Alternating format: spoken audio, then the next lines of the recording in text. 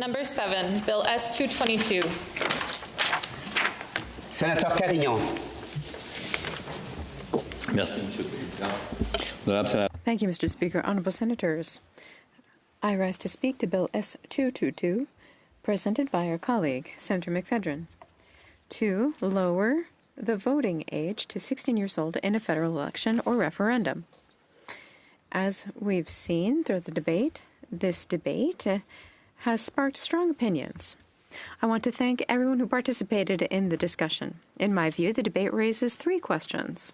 First, is it desirable, in principle, to extend the right to vote to 16 and 17-year-olds? Secondly, do these young people possess the civic maturity required to participate fully in the democratic process? And third, and final, is it appropriate for this reform to be initiated by the Senate, an unelected chamber?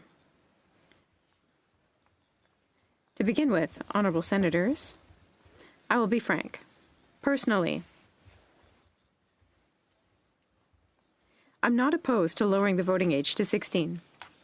Young people are exposed to public debate from a very early age. They take an interest in major issues such as education, public debt, access to housing, and health. They're aware that political decisions will have a direct impact on their future, and especially their future, whose future is unfortunately much longer than mine will be. It's legitimate to ask whether we should not encourage civic participation at an earlier age. There's several arguments in favor of this reform. It could foster civic engagement from a very young age. It could increase voter turnout in the long term. It could help link civic education more closely to real democratic experience. And it must also be said that at 16, many young people work, pay taxes, drive a car, and shoulder significant responsibilities. As Senator Senior said, what democratic principle justifies telling a whole section of the population that they are old enough to pay taxes, but not old enough to have a say?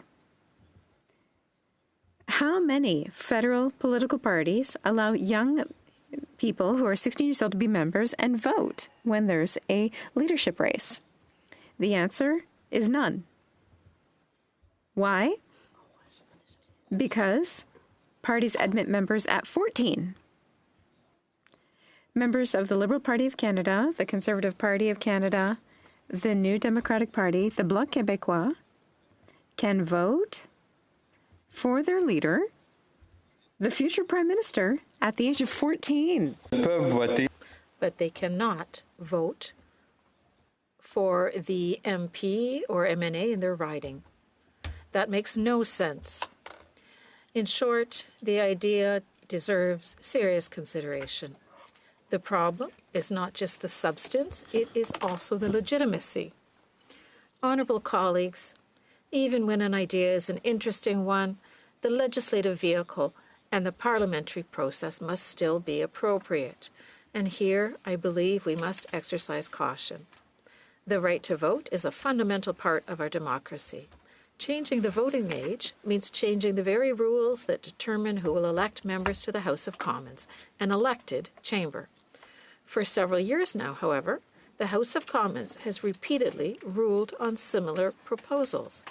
As Senator Husak has pointed out, since 2000, more than 20 bills aimed at amending the Canada Elections Act have been introduced by the Senate.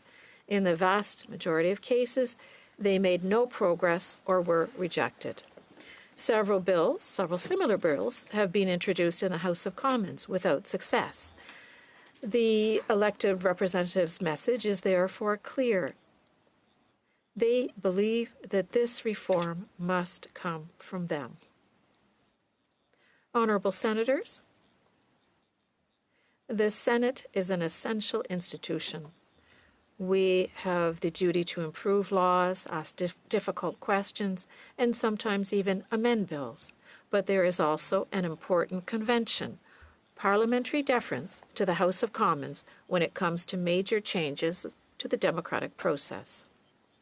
The Senate can play a useful role, at times even decisive one, but it must also be aware of its institutional limits when the debate touches on the very heart of MPs' democratic choices.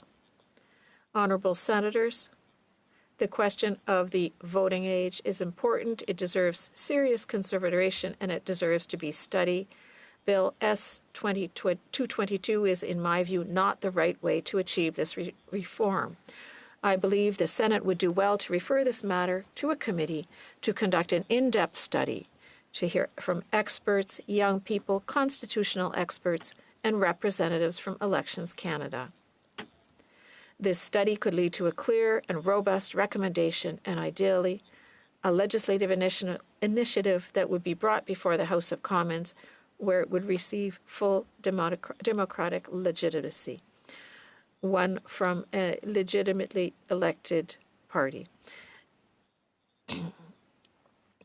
Honourable colleagues, somewhat sadly, I will vote against Bill S-222, but I will unreservedly support any move to further this discussion through a committee study. Thank you.